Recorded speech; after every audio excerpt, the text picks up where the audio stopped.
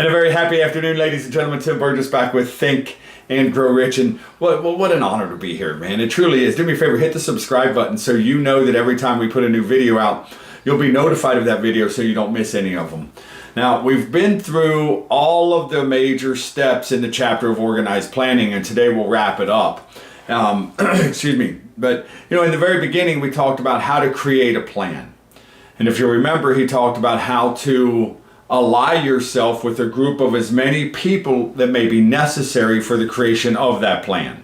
You should get together twice a week or more if possible until you have created the plans for the accumulation of the wealth that you desire. And then he talked about how you must maintain perfect harmony between you and your mastermind partners. He says this about harmony. Remember this, please don't miss this. Where perfect harmony does not exist, you can expect to meet with failure. And I can only tell you how true that is from my own experiences in this game we call life. And then we talked about the QQS principle, quality, quantity, and spirit of service. We touched on leadership, and we all know that there's no way in just a short video like this that we can hit on all the leadership qualities, all the things we could teach about leadership. We would need weeks to do that.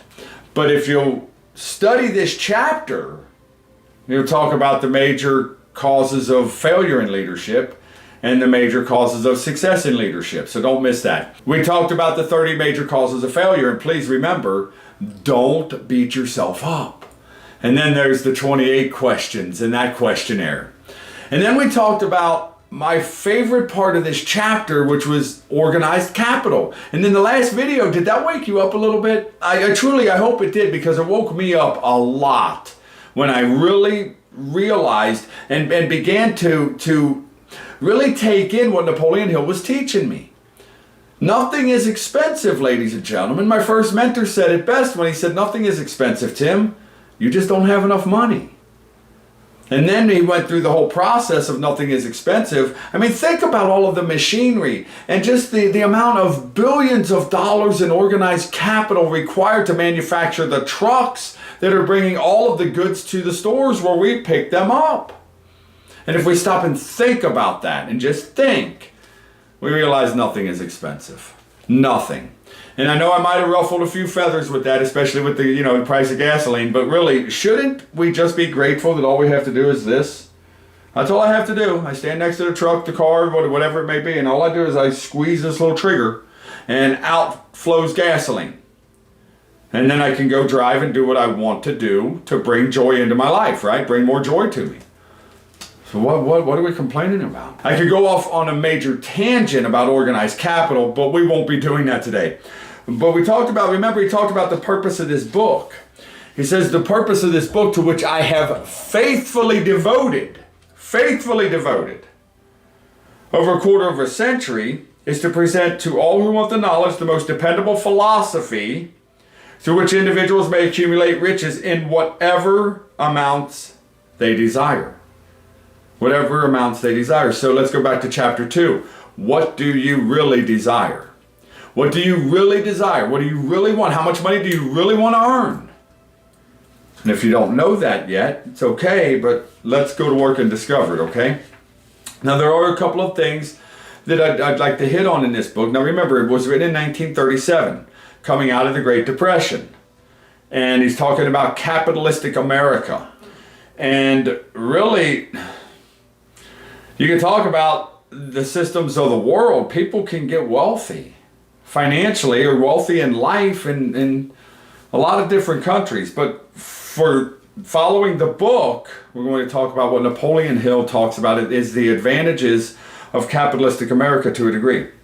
He says, if you're one of those who believe that riches can be accumulated by the mere act of men who organize themselves into groups and demand more pay for less service, let me ask you a question. If you were the person who was the owner of the company, and you had a lot of people demanding more pay, but they were also demanding to do less work, that doesn't even sound right, does it? But how many people in our society today, ladies and gentlemen, think about it. How many people in our society today are demanding something for nothing? Think about it. Oh, well, by the way, he wrote this in 1937. You think the same thing's happening now? I think it is. He says there is but one dependable method of accumulating and legally holding riches. And that is by rendering useful service. Rendering useful service. What type of useful service are we rendering? He says no system has ever been created by which men can legally acquire riches through mere force of numbers or without giving in return an equivalent value of one form or another. He says there is a principle known as the law of economics. He says this is more than a theory. It is a law that no one can beat. Stop to think about it. Nature always, balances out the accounting, doesn't she? Always. Have you ever heard the expression, what comes around goes around? Have you ever heard the expression karma? What Napoleon Hill's talking about here is absolutely accurate. No question about it. He says there is a principle known as the law of economics. Mark well the name of the principle and remember it because it is far more powerful than all of the politicians and political machines. It is above and beyond the control of the labor unions. It cannot be swayed nor influenced nor bribed by racketeers or self-appointed leaders in any calling. Moreover, it has an all-seeing eye and a perfect system of bookkeeping. You ever heard of karma? What comes around goes around? You ever heard of that? In which it keeps an accurate account of the transactions of every human being engaged in the business of trying to get without giving. Sooner or later, its auditors come around, look over the records of individuals, both great and small, and demand an accounting. Karma? He's talking about karma, isn't he, ladies and gentlemen? I mean, geez, oh Pete, it's so simple. Why do we complicate it? I heard a person say this once, and it is so true. He said, life is very simple. And then we come along and complicate it. And I know somebody would get a ruffled feather over that one, but I think it's true.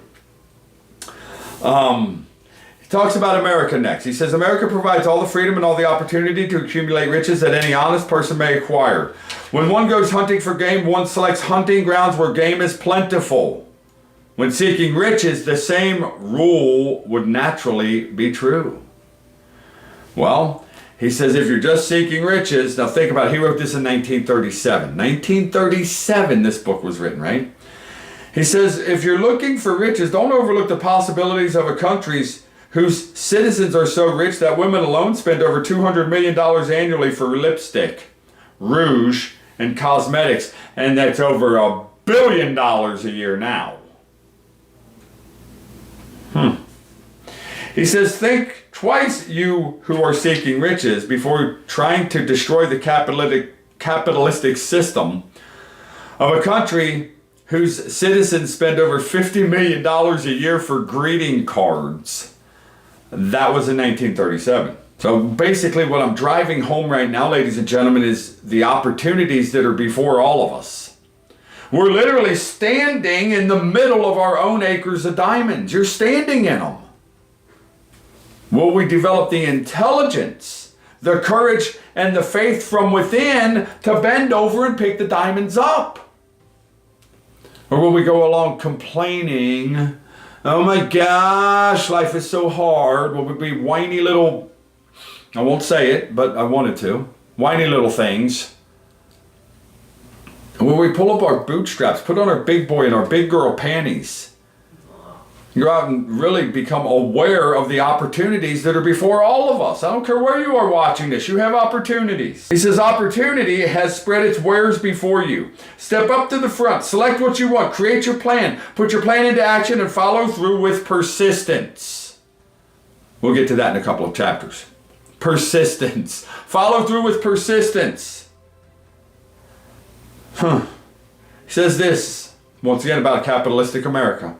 He says, capitalistic America ensures every person the opportunity to render useful service and to collect riches in proportion to the value of that service. Isn't that the law of compensation right there? We receive riches in direct proportion to the value of the service we render. But make no mistake, that rendering of service comes first, not second. And that's where I think a lot of our society is messed up right now. There's way too many people that expect to be paid first. There's too many people with the mentality, I'll do more when they pay me more. Doesn't work that way. It never has worked that way. And eventually it always comes around. People who think that way, it always comes around and bites us. Karma. What you send out comes back. Whatever comes around goes around, right? What goes around comes around. That's what I meant to say. Opportunity is all over the place. He says the system denies no one this right, but it does not and cannot promise something for nothing. Ladies and gentlemen, far too many people are expecting something for nothing. I encourage you to grab this book. Study a little bit every day for the rest of your life. Spend a little bit extra time the first couple times through in the chapter on organized planning. It will open your eyes to things. It's not the most glamorous of chapters. It's the longest chapter in the book. It's the most laborious chapter in the book. But I can only tell you from my own experiences, it is worth it. So don't delay on it. If you don't have a copy of the book yet, make sure you get at least one, probably 3 should be around your house.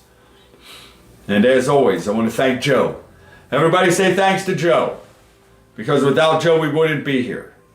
So make sure we thank Joe. Joe is the one that reminded me of a little saying from Napoleon Hill that started this whole thing. And that little reminder is what I think about all the time. And Joe, thank you, my friend. I appreciate it. As always, one of our greatest desires is that this day be the very best day you have ever experienced in this game we call life. Yesterday doesn't matter. It's gone. Tomorrow isn't here. You can't do anything about but plan and prepare yourself to receive the good you desire by rendering useful service. That's all we can do about tomorrow. However, today, we have the ability to make a decision to allow this day to be the very best we've ever experienced. So please do that. Tonight, when you put your head on a pillow, please do so with a mind full of peace. Remember, calmness of mind is one of the beautiful jewels of wisdom. And may God bless each and every one of you. Have a fabulous day.